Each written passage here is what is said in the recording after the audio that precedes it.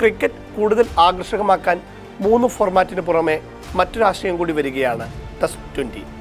പേര് പോലെ തന്നെ ടെസ്റ്റും 2020യും സമന്വയിപ്പിച്ചൊരു ഫോർമാറ്റ്. ടെസ്റ്റ് ക്രിക്കറ്റിലേത് സമാനമായി ഇരു ടീമുകൾക്കും 2 തവണ ബാറ്റും ബോളും ചെയ്യാം. 20 ഓവർ വീതമുള്ള ഇന്നിങ്സുകളായിരിക്കും ഉണ്ടാവുക. 4 ഓവറിൻ്റെ പവർ പ്ലേ ഉണ്ടാകും. ആദ്യ ഇന്നിങ്സിൽ 75 റൺസോ അതിൽ കൂടുതലോ ലീഡ് ഉണ്ടെങ്കിൽ follow on ചെയ്യിക്കാം.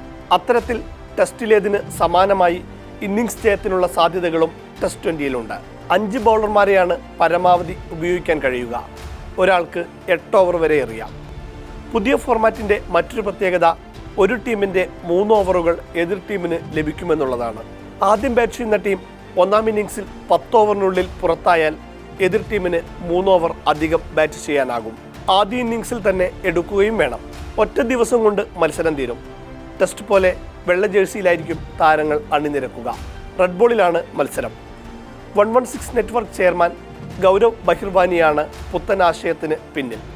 Sir Clive Lloyd, A B. De Villiers, Matthew Hayden, Harbhajan Singh എന്നിവരാണ് ഉപദേശക സമിതിയിലുള്ളത്.